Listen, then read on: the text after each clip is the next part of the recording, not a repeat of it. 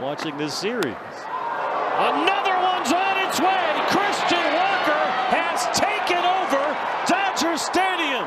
There is no explanation for this. It just goes on and on and on. It's amazing. He's not even cracking a smile. I mean, even Torrey's laughing. Lavello. Welcome back to your Valley Sports Plug Arizona Diamondbacks recap for June 25th through July 7th, 2024. I'm Chris Patrick with Michael Benjamin and VSP Tallman. We're here to break it all down for the Valley. So let's go.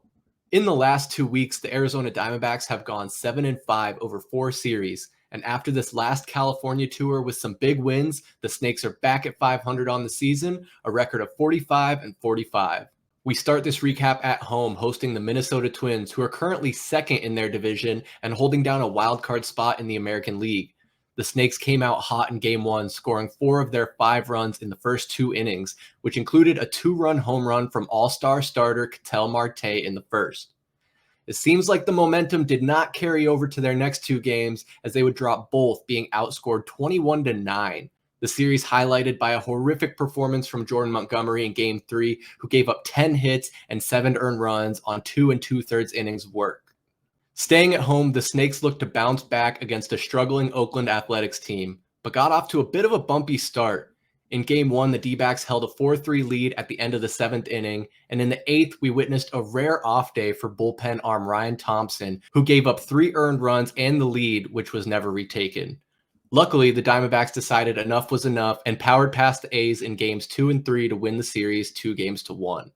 Next, it was time for that California tour I mentioned. Our first stop was to visit our old friends, the Los Angeles Dodgers at Dodger Stadium, or what some people are now calling Christian Walker Stadium, after he recorded 5 home runs in this 3-game matchup. This propelled the Snakes to a 2-1 series victory, which could have and probably should have been a clean sweep had it not been for Paul Sewald choking late in Game 1, giving up 2 runs and allowing the Dodgers to walk it off. And finally, finishing out the last 2 weeks, we end our road trip in San Diego for 3 games with the Padres. Following the trend of the previous 2 series, the Diamondbacks would drop Game 1 and win the next 2 for the series win. But once again, Paul Sewald choked away a chance for a series sweep, blowing the save in Game 1. This time giving up 3 runs on 2 home runs in the bottom of the 9th. Makes you wonder how much these games are going to impact the Diamondbacks at the end of the season as they fight for a wild card spot in the National League. But Mike, I got to know what you think and what you've been seeing from this Arizona Diamondbacks team the last 2 weeks. Well, something about first games of the series, fellas. I mean, it was definitely the Diamondbacks' kryptonite in this recap. Like you said, unfortunately, all-star snub, let's say it, all-star snub Ryan Thompson blew it against the A's after a lead in the 7th. And then obviously, if you're paying attention, you know what happened to Paul Sewald in the past 2.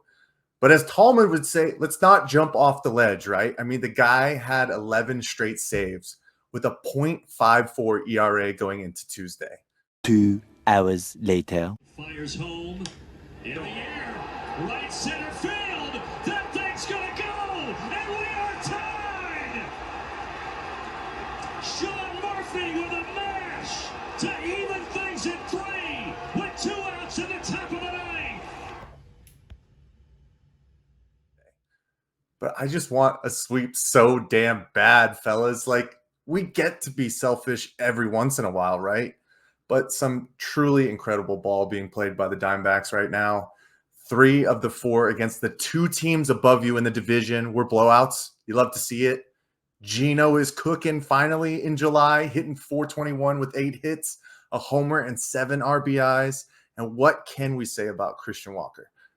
I'll let Tallman handle that one, but it's just more than impressive how this team continues to fight even when adversity keeps striking, right? Like, of course, I'm talking about Jordan Montgomery heading to the 15-day IL. Like, they can't get out of that way when it comes to the starting pitching staff.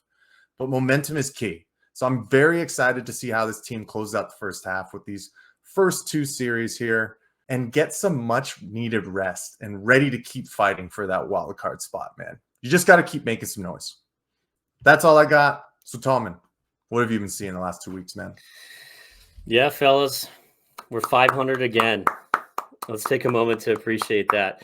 Oh, guys, I'm mostly hyper-focused on this last week. I mean, a week trip to Cali, and damn, was that a good trip to California for this baseball team? Going 4-2 against some of your big division foes here.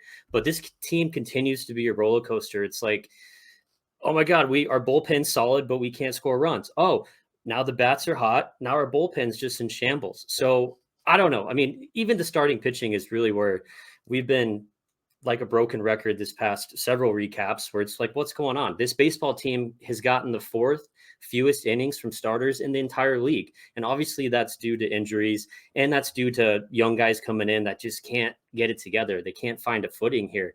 But the Montgomery going and joining the whole list of our whole starting rotation on IL, I don't know. I think he had such a struggle his last couple outings. We thought he was turning and, figuring it out, but that might be what you call a phantom injury for a veteran like that, where, hey, we need to just make up something. He's got to strain this and flame that just to give the guy a little bit of break, just have a little midseason reset, because he really, really needs it. But I mean, with him gone, it's like a revolving door of our starting rotation. We've seen some young guys get some starts. Christian Mania, I think, got a start on Wednesday. He didn't do too great, but he was going against the Dodgers. And then we're going to see one coming up here to start off the Braves series, where I don't know the guy's name. It's Diaz is his last name, but that's what we're dealing with right now. Montgomery's going to be back before we're going to see Erod and Kelly. So again, Montgomery's going to be back probably after the All-Star break. Then we're going to see Erod and Kelly back in August. And I hate to keep saying it, but this team's going to be completely different when we get those guys back, as long as they can pick up where they left off. But it was good seeing Perdomo back. It's crazy how much of a difference he makes just not having him for those 2 months in that 9th spot. The guy is basically our number one contributor of how we create chaos on the base pass for this team. But hey, California trip was great.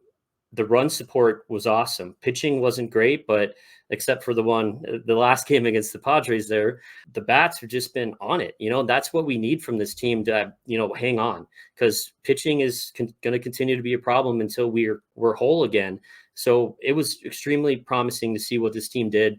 It's hard not to be high on this team right now, where I know it changes day to day. You're like, oh no, we're doomed. Oh no, oh my goodness, we should have swept the Dodgers and we just kicked some ass in San Diego. So I'm in a good spot right now as a Diamondbacks fan. But you mentioned him, Christian Walker. How did that guy not make an all-star team? Him and Cattell, they are obviously our number 1, number 2 players on this team. Christian Walker has just been absolutely hot the last 2 weeks. That man belongs on the cover of a GQ or whatever they call it magazine, because he is just playing some sexy baseball right now. But yeah, he's the Dodger killer, man. I wish he could bat all the time in Dodger Stadium, and then we wouldn't be worried about a 500 baseball team. We'd be well over 500. You mentioned him though, Gino Suarez. What did he do yesterday?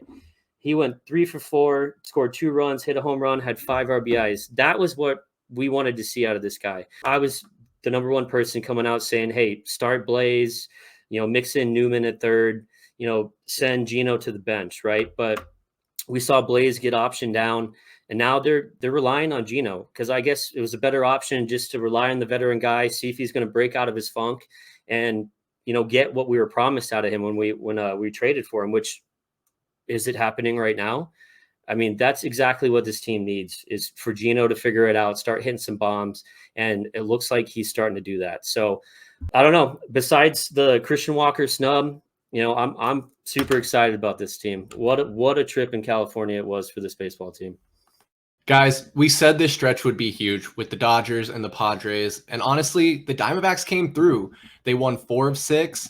I'm just a little concerned with Sewald blowing up the multiple save opportunities and hoping it's just a blip on the radar and he can make those corrections. Overall, I'm going to keep my thoughts short and sweet here. There are some things I am encouraged by. The young man, Justin Martinez, with multiple strong performances. The other day, he pitched 3 innings with 5 strikeouts. I think that was on July 4th. On the season, he has 40 strikeouts in 36 innings pitched and a 1.50 ERA. Not too shabby. So as we see the bullpen get right, as we see the bats start coming alive, they're starting to score runs later in the game. Earlier in the season, they were labeled as front runners. Now it seems like they're able to play a full 9. And just on Monday, we got news that Kelly, Rodriguez, and Montgomery are all going to be throwing bullpens this week. So like Tallman said, right around the corner, we get our starting rotation back in order. We get everyone healthy. Guys, the stars could be aligning where we see a run reminiscent of 2023. I don't want to count the eggs before they hatch, but I'm just saying things are looking up. But Mike, why don't you tell the folks what we have coming up in the next 2 weeks? All right, fellas, the summer slugfest continues with a short vacation in between as the Diamondbacks head home to finish the first half of the season with a 4-game series against the Atlanta Braves and a 3-game series against the Toronto Blue Jays. Then everybody but Ketel Marte will get some extended time off as the MLB's best battle in Arlington on July 16th during the 2024 MLB All-Star Game. We come back from the rest with another nice test in Chicago against the Cubs, looking to hop over that 500 mark even further. Excited is an understatement right now, fellas. That's for sure. I can't wait to see what happens. And guys, we're going to keep bringing you a Diamondbacks recap every 2 weeks throughout the season. So make sure you like and subscribe for more Arizona Diamondbacks and Valley Sports action. For Michael Benjamin and VSP Tallman, I'm Chris Patrick, and we'll see you next time. Peace.